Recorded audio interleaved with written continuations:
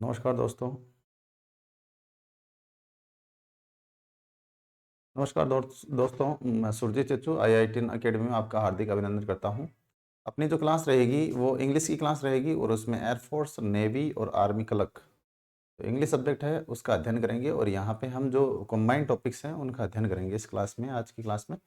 तो सबसे पहले जो कंबाइंड टॉपिक है अपना एयरफोर्स का, नेवी का और आर्मी क्लर्क का, उसी की चर्चा कर रहा हूँ मैं। पहला टॉपिक है अपना यहाँ सिंटैक्स, जिसको हम अन्य शब्दों में बोलते हैं सब्जेक्ट वर्ब अग्रीमेंट, या इसको हम बोलते हैं कंकर्ड। ठीक है दोस्तों, ये एक ही टॉपिक है, इसी का नाम है सब सिंटेक्स बोल दो इसको, तो ये सब्जेक्ट वर्ब अग्रीमेंट बोल दो या इसको कंकर्ड बोल दो। तो ये होता क्या है, सबसे पहले हम बात करेंगे सब्जेक्ट वर्ब अग्रीमेंट की, यानी सब्जेक्ट और वर्ब का अग्रीमेंट। सब्जेक्ट वर्ब अग्रीमेंट हो कहलाएगा। ये सब्जेक्ट जो है वो या तो क्या हो सकता है, सिंगुलर नाउन हो सकता है, या फिर कैसा हो सकता है, प्लूरल नाउन हो सकता है दोस्तों। अब इसको आइडेंटिफाई करने के लिए हम सबसे पहले एक बात करेंगे कि यहाँ सब्जेक्ट वर्ब अग्रीमेंट जो है क्या, यानी इसमें या तो सब्जेक्ट सिंगुलर नाउन होगा या प्लूरल नाउन होगा। तो इसमें सब्जेक्ट वर्ब अग्रीमेंट है क्या, किसी सेंटेंस में सब्जेक्ट के नंबर तथा पर्सन के अनुसार, यानी सब्जेक्ट के किसके अनुसार, नंबर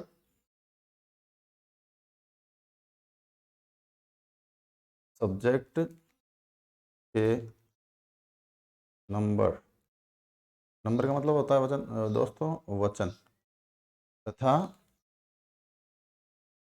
पर्सन यानी पुरुष के अनुसार,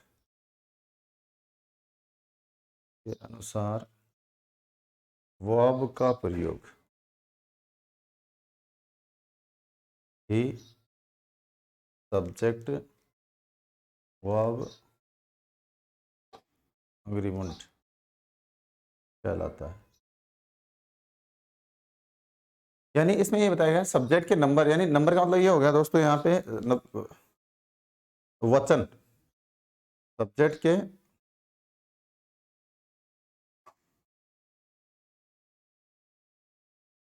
के नंबर, नंबर का मतलब ये है दोस्तों वचन।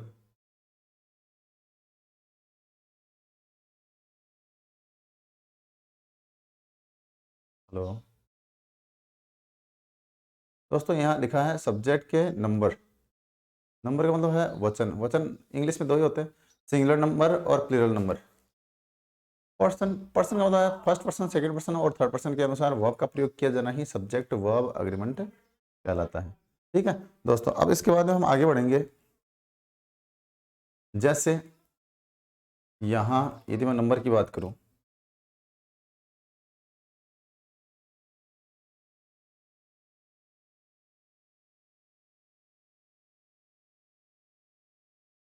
यहाँ हम नंबर की बात करेंगे। जैसे इंग्लिश में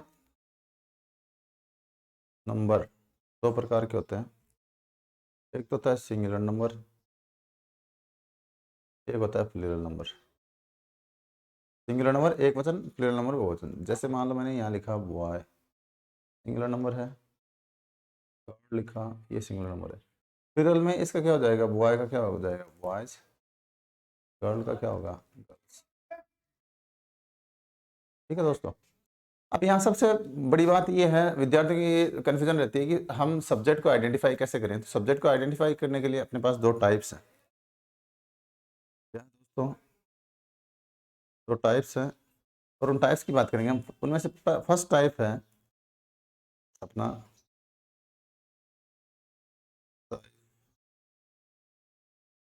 फर्स्ट, यदि किसी नाउन में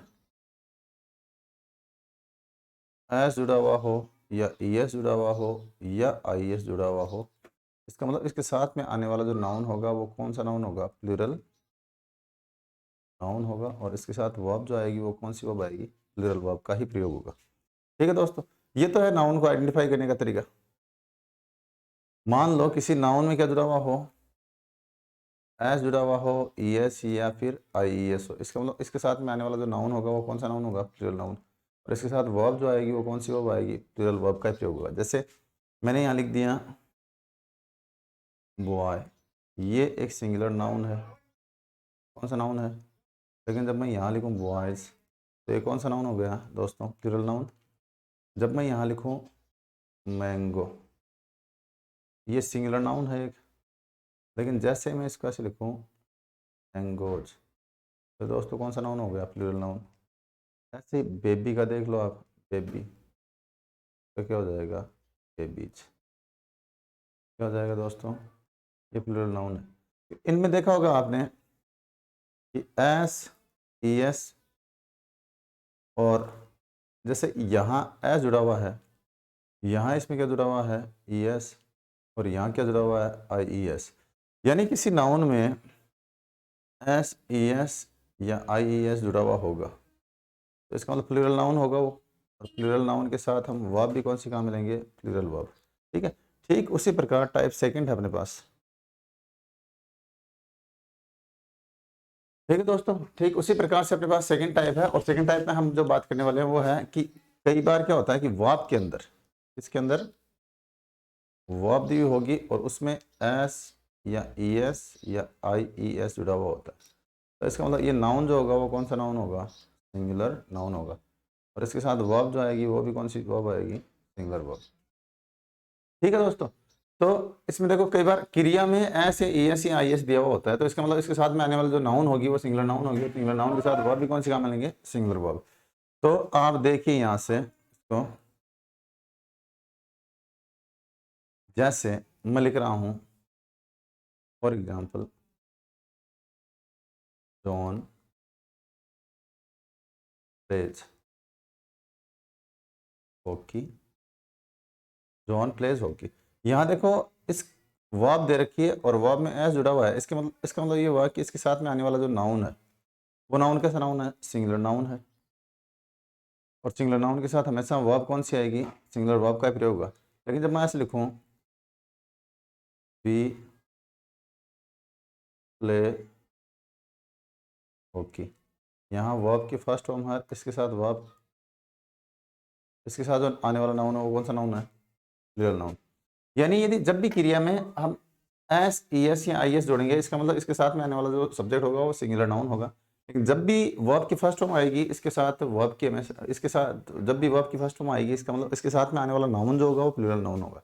ठीक है दोस्तों। तो ये दो टाइप्स अपने पास याद रखने के तरीके हैं इसके। कई बार नाउन्स को आइडेंटिफाई करने के लिए हमें इन दो टाइप्स को ध्यान रखना होता है। ठीक है दोस्तों। जैसे टाइप फर्स्ट ये है, टाइप सेकंड ये है। इसके बाद में हम आगे बढ़ते हैं धीरे धीरे। सबसे पहले हम यहाँ बात करने वाले हैं, जैसे मैंने लिखा आई, क्या लिखा? आई। और ये दोस्तों आई एक सिंगुलर नाउन होता है या प्लूरल नाउन होता है, इसकी चर्चा करेंगे हम इस क्लास में। यहाँ आई जो होता है वो एक सिंगुलर नाउन होता है। कैसा नाउन होता है दोस्तों? ये सिंगुलर नाउन। और लेकिन इसके साथ में वर्ब दोनों का प्रयोग होता है। इसके साथ में सिंगुलर वर्ब का प्रयोग भी होता है और इसके साथ में प्लूरल वर्ब का भी होता है। जैसे फॉर एग्जांपल मैं यहाँ लिखूँ आई वॉज ए स्टूडेंट, मैं एक विद्यार्थी था, तो आई इसमें सिंगुलर नाउन है। लेकिन यहाँ वर्ब देखिए, वर्ब भी कौन सी वर्ब है? सिंगुलर वर्ब है। लेकिन जब मैं ऐसे लिखूँ इसको आई हैव कार, अब यहाँ पे आई है तो सिंगुलर नाउन, लेकिन इसके साथ में वर्ब कौन सी काम मिली गई है? Plural verb. अब दोस्तों यहाँ एक चीज़ आपको देखनी है कि जो वर्ब का प्रयोग किया गया है, ये जो वर्ब का प्रयोग किया गया है ये हमें क्या बताती है? यहाँ पे पोजीशन। पोजीशन का मतलब होता है अधिकार। आई के साथ हमेशा अधिकार बताने के अर्थ में हम किसका प्रयोग करेंगे? आई है तो सिंगुलर नाउन ही, कौन सा नाउन है? Singular noun. लेकिन इसके साथ में अधिकार बताने के अर्थ में हमेशा प्लूरल वर्ब का प्रयोग करेंगे। यहाँ यदि हैज का प्रयोग करेंगे तो ये आंसर अपना क्या होगा? गलत। लेकिन जब मैं ऐसे लिखूं रानी हैज स्कूटी, ठीक है। अब रानी सिंगुलर नाउन है और इसके साथ ये है सिंगुलर वर्ब। रानी सिंगुलर नाउन है लेकिन इसके साथ सिंगुलर वर्ब का प्रयोग होगा। यहाँ यदि हम हैव का प्रयोग करेंगे तो ये क्या होगा, गलत होगा। इस प्रकार से आई का आपको ध्यान रखना होगा कि आई सिंगुलर नाउन भी होता है, इसके साथ सिंगुलर वर्ब का प्रयोग भी करते हैं, प्लूरल वर्ब का। लेकिन पोजीशन शो करने के अर्थ में, अन्य क्रियाओं के साथ तो हम सिंगुलर वर्ब का प्रयोग करेंगे, लेकिन पोजीशन शो करने के अर्थ में इसके साथ में हैव का ही प्रयोग होगा, हैज का प्रयोग नहीं होगा। ठीक है दोस्तों, तो इसी के साथ हम आगे थोड़ा सा और बढ़ते हैं और इसमें देखते हैं कि दूसरा जो अपना पॉइंट है वो है यू। कौन सा है दोस्तों?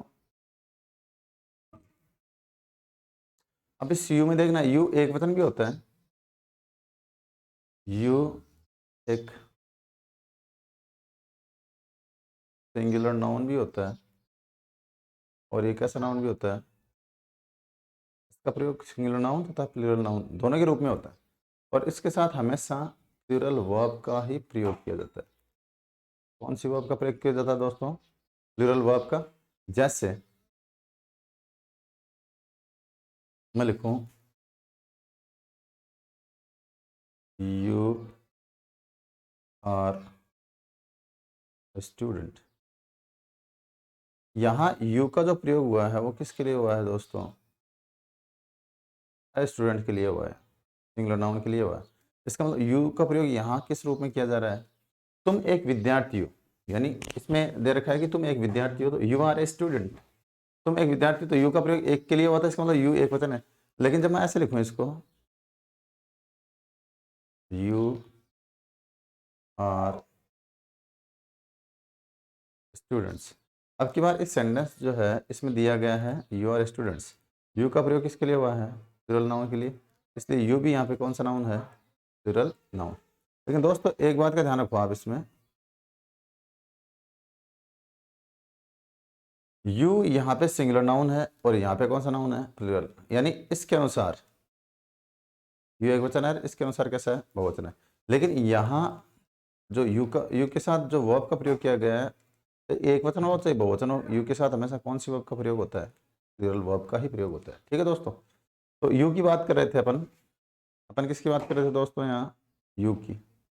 और यू में बताया आपको कि यू का प्रयोग जो होता है वो एक वचन सिंगुलर, ये यू सिंगुलर नाउन भी होता है और कौन सा नाउन होता है? प्लूरल नाउन भी होता है। लेकिन इसके साथ जो वर्ब का प्रयोग होता है वो हमेशा कौन सी वर्ब का प्रयोग होता है? प्लूरल वर्ब का प्रयोग होता है।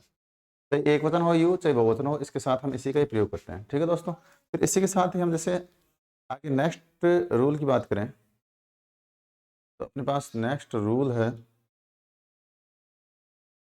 वो है नीड, और कौन सा है? डेयर। नीड और डेयर। नीड का मतलब होता है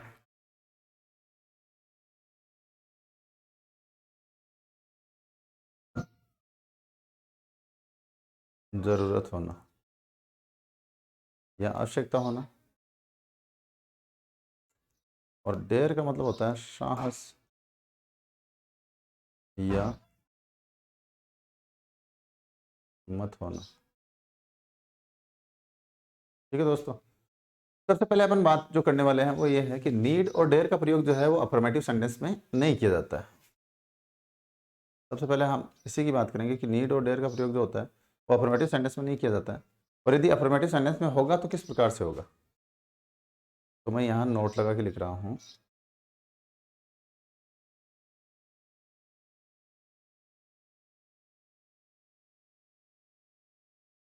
नीड और डेयर का प्रयोग अफर्मेटिव सेंटेंस में नहीं किया जाता है। फॉर एग्जाम्पल के तौर पे जैसे मैं यहाँ लिखूँ John needs do this work. यहाँ दोस्तों जॉन दे रखा है, सिंगुलर नाउन है, ये नीड्स मैन वर्ब है, सिंगुलर नाउन के अनुसार यहाँ पे मैन वर्ब दे रखी है, एस या एस दे रखा है इसमें। यानी आपको पता है कि एक वचन कर्ता के साथ मैन वर्ब की फर्स्ट फॉर्म में एस या एस का प्रयोग होता है, और आगे भी इसमें क्या दे रखा है, डू, यहाँ पे मैन वर्ब दे रखी है। तो दोस्तों एक ही सेंटेंस में दो मैन वर्ब का प्रयोग एक साथ हो सकता है, इसका मतलब ये सेंटेंस क्या है, गलत है। जैसे मैं लिखूं जैक बेयर्स गो देयर, यहाँ जैक सिंगुलर नाउन है दोस्तों, और इसके साथ ये डेयर्स मैन वर्ब दे रखा है, और यहाँ ये गो भी मैन वर्ब है। एक सेंटेंस में दो मैन वर्ब का प्रयोग एक साथ नहीं किया जा सकता, इसका मतलब ये सेंटेंस भी अपना क्या है, गलत है। अब आगे बढ़ते हैं हम इसमें।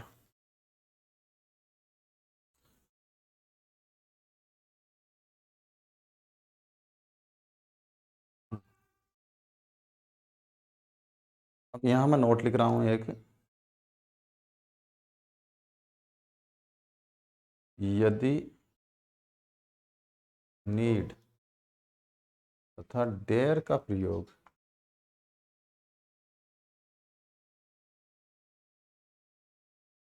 अफर्मेटिव सेंटेंस में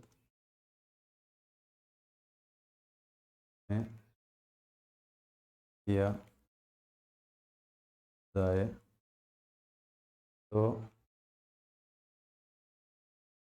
इनके बाद टू प्लस वर्ब, इनके बाद टू इन्फिनिटिव, यानी टू प्लस वर्ब की फर्स्ट फॉर्म का प्रयोग किया जाता है। यदि नीड तथा डेयर का प्रयोग अफर्मेटिव सेंटेंस में किया जाए तो इनके बाद में टू प्लस वर्ब की फर्स्ट फॉर्म का प्रयोग किया जाता है, यानी टू इन्फिनेटिव का प्रयोग किया जाता है। जैसे मेरे पास एक एग्जांपल है दोस्तों, इसमें देखिए आप, यहाँ लिखा मैंने John needs to do this work, क्या लिखा, जॉन नीड्स टू डू, यहाँ जॉन सिंगुलर नाउन है और ये मैन वर्ब है, और यहाँ आपकी बार किसका प्रयोग किया, टू प्लस वर्ब की फर्स्ट फॉर्म, यानी टू इन्फिनेटिव का प्रयोग कर दिया, तो सेंटेंस अपना क्या है, सही है।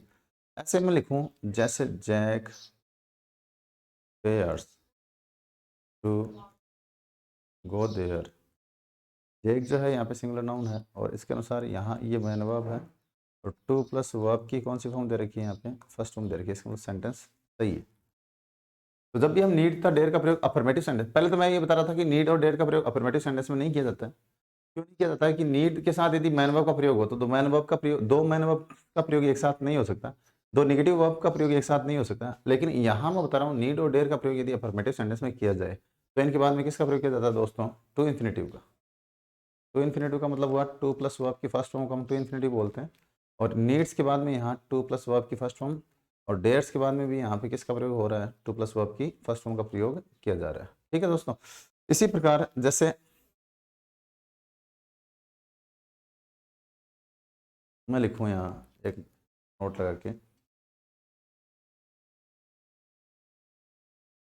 यदि नीड तथा डेयर का प्रयोग अब की बार हम हेल्पिंग वर्ब के रूप में करें, किस रूप में करें, हेल्पिंग वर्ब के रूप में करें, तो इनके बाद में मैन वर्ब की फर्स्ट फॉर्म का प्रयोग किया जाता है। जैसे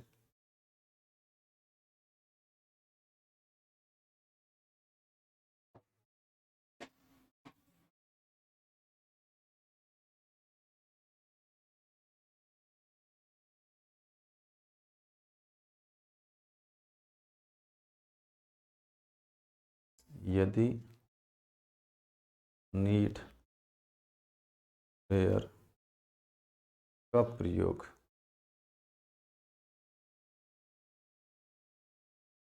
हेल्पिंग वर्ब के रूप में किया जाए तो के बाद मैन वर्ब की फर्स्ट फॉर्म का प्रयोग किया जाता है। ठीक है दोस्तों, यदि नीड तथा डेयर का प्रयोग हेल्पिंग वर्ब के रूप में किया जाए तो इनके बाद में हमेशा मैन वर्ब की कौन सी फॉर्म का प्रयोग किया जाता है, फर्स्ट फॉर्म का प्रयोग किया जाता है। जैसे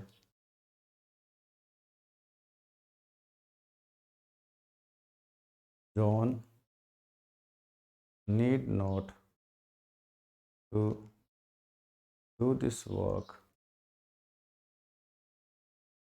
John need not to do this work, ये सेंटेंस आपका इनकरेक्ट है। कारण क्योंकि जॉन सिंगुलर नाउन है और यहाँ पे ये नीड नॉट का जो प्रयोग किया गया है वो नीड नॉट एक हेल्पिंग वर्ब के रूप में प्रयुक्त हो रहा है और इसके बाद में टू प्लस वर्ब की फर्स्ट फॉर्म का प्रयोग हो रहा है।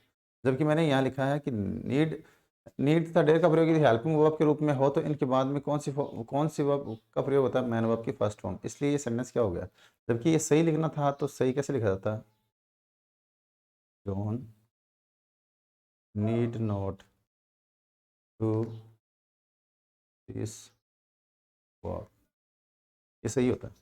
जैसे नेक्स्ट एग्जांपल देखें अपन, एक डेयर नॉट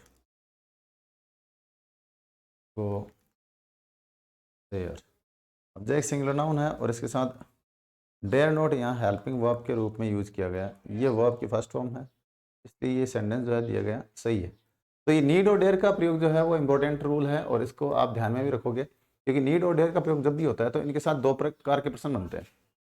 कितने प्रकार के प्रश्न बनते हैं दोस्तों, दो प्रकार के, यानी नीड और डेयर, इन दोनों से अफर्मेटिव सेंटेंस का क्वेश्चन पूछा जाता है। अफर्मेटिव सेंटेंस में जब भी ये आएंगे तो इनके साथ में नीड या डेयर प्लस टू इन्फिनेटिव का प्रयोग करेंगे। लेकिन जब भी नीड और डेयर का प्रयोग हेल्पिंग वर्ब के रूप में होगा तो इनके बाद में नीड नोट या dare not plus main verb की फर्स्ट फॉर्म का प्रयोग किया जाता है। तो दोस्तों इस प्रकार से नीड और डेयर का प्रयोग आप ध्यान रखो, जब भी नीड और डेयर का प्रयोग अफर्मेटिव सेंटेंस में होगा तो इनके बाद में टू प्लस वर्ब की फर्स्ट फॉर्म का प्रयोग किया जाता है। यानी नीड और डेयर के बाद में हमेशा आप किसका प्रयोग करोगे, टू प्लस वर्ब की फर्स्ट फॉर्म का। लेकिन जब भी इनका प्रयोग हेल्पिंग वर्ब के रूप में होगा, किस रूप में होगा, तो इनके साथ में आप किसका प्रयोग करोगे, मैन वर्ब की फर्स्ट फॉर्म का प्रयोग किया जाता है। दो चीज़ें इनमें इसमें ध्यान में रखनी है आपको, ठीक है दोस्तों। तो इस प्रकार से आज की अपनी ये क्लास जो है यहाँ तक है, उसके बाद में हम नेक्स्ट क्लास स्टार्ट करेंगे, ठीक है।